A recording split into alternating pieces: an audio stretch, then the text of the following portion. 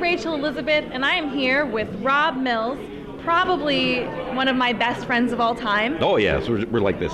Tell people who don't know, which is like no one, what your involvement in the TO WebFest is. Well, I'm the past president of the IWCC, the Independent Web Series Creators of Canada, and it was from our organization that TO WebFest sprang out. Regan Latimer, of course, is the exec producer and programmer on this.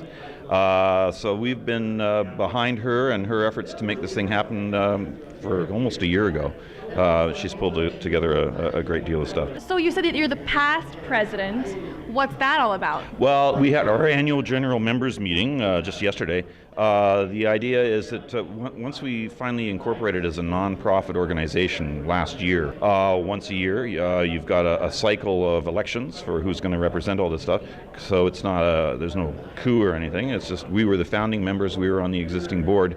We finally had an electoral process, and a bunch of us who had been at this for 3 years. Some of us have stepped back. There's some continuity. Ash Cathywood, Jonathan Robbins, Jason Lever, they're still on the board, but there's new board members. So there's fresh blood, which helps the organization continue to go. For people who are unfamiliar with the web series world, either in Toronto or anywhere in the world, what is the appeal? Why should they come out to the TO WebFest? Why should they check out online content? Well, that's a good question. I mean, the idea of having a festival seems a bit odd because all that content is available online. You can find it anywhere on there. So why have a physical gathering where people can get together? And it's because it is a physical gathering. You finally get to meet the people who are creating these shows. You get to see this stuff.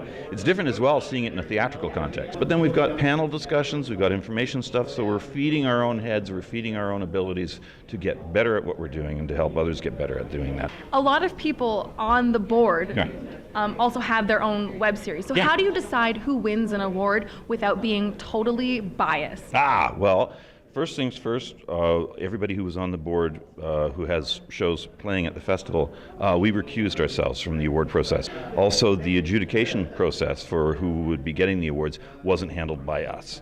We got independent folks out there. I think White's was one group. So we had the different sponsors. They had their own take on what these things were. And it wasn't competitive. Putting the awards up there as something that everybody would vote on. It's more of a juried process, and being able to say it's not necessarily the best of something, but it's just we're going to recognize this particular show because of its merits, and we're going to celebrate that. I wanted to know, because Chris and Josh, the web series, they submitted and they didn't get accepted, and they are they're just really great. So I just want to know what you have to say about that. Not my fault. Sorry, Matt Smolin, I tried. Sorry. I tried. Now, I think more than anything, what I do want to address is all of the sexual tension between us. What is that about? Well, as you know, my dear, you've long been in my sights. In the web series community, in the web series world, what is a common mistake that you see people making with web series that you think that they should maybe avoid? Do you have any advice on that front? Yeah, making the show itself. Coming up with the idea, writing it, producing it, editing it, and getting it online. That's one part of the work. Then there's the rest of the work, because once that show is out there, you have to promote it, you've got to find your audience, you've got to keep encouraging them to come back, and then you've got to have more material for them. So there's a lot of hats to wear, and I think the greatest mistake people make when they're starting to do these things is they should be reaching out to their audience or their potential audience, or whoever you think your audience might be. Start reaching out to them before you've actually finished the show, maybe even just as you're writing it. Start getting in touch with that community. Start community building. Rob Mills, former president, my current boyfriend, TO WebFest 2014. Thank you so much. You're welcome. Thanks.